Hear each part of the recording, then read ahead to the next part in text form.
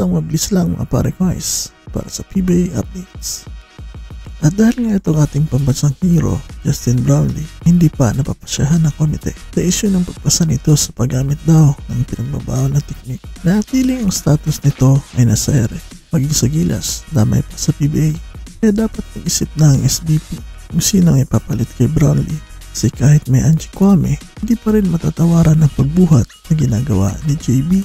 Siguro panahon na para mapansin ang munting hiling ng dating import ng serbesa na saan willing naman siyang mag-transfer sa pagiging Pilipinong atleta na makapaglaro sa gilas niyang sinisinta.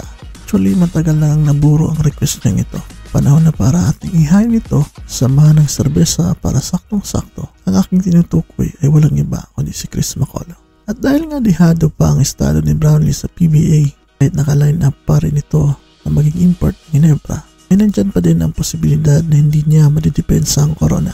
Hihina nga ang tsansa na magkampiyon itong Jin, maliban na lang kung makakuha sila ng import na kasing galing ni Justin. Sama mo pa ang kulang-kulang na tropang Giga. Hello sa Mikey, di na isinama, mukhang tapos na ang love story nila Lastimosa. Para pugoy na may sakit sa puso, pagaling ka. Meram na may injury pang iniinda.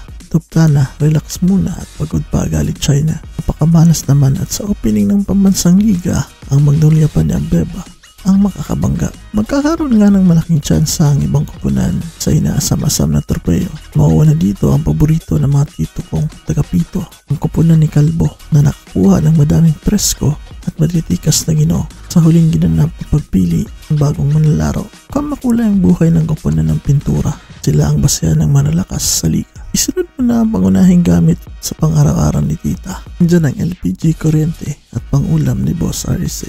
May bagong trio ngayon ng LPG, Perkins, Kentafen at Ricky Rivero. Bago simula para sa nagkawatak-watak na grupo dahil nag-abroad si Matthew. Ang meral ko naman ay nandyan pa din. Tinanggal nga lang ang coach nilang maitim. Pero sa semis at finals, palaging nagpaparamdam pa rin. Sa import nga nila ay buenas palagi at hindi nabibito. Kaso sa dulo may palaging Justin Brownlee na panggulo. Abay hanip nga naman. Nakailan na silang talo sa barangay para sa kampyonato dahil dito. Palaging palag-palag din ang manok ni RSA. Sa pagpapalakas nito, umitindi. Iting Abeba sa gilas ay nangangati. Sa opening ng PBA, isipa ng matindi. Samahan mo pa ng healthy Baroka at Poli. Punan ng Magnolia ay hindi magpapahuli. Bago naman tayo sa usapang anime, mukhang magbabalik ang inyong paboritong Pinoy Sakuragi. Nitindi na para sa kupunan ng manok, hindi sa pabango muna ang kanyang pinili. Sa pagtatapos ng kontrata nito ngayong darating na Nobyembre sa Maharlikang Liga, dalawang offer agad galing sa Blackwater ng Binida. Lapit talaga itong taga-Puso Rubio na mukhang Amerikano. Igpa ang rookie nitong Tisoy na veterano. At hanggang dito na muna ang ating nag-atikabong sports balita. Kung bago ka pa sa aking channel, ay huwag kalimutang mag-subscribe upang swertehin sa loto sa may kanto at pahingin nila ng balato kaysa magpromote ako ng sugal sa channel ko. Peace out.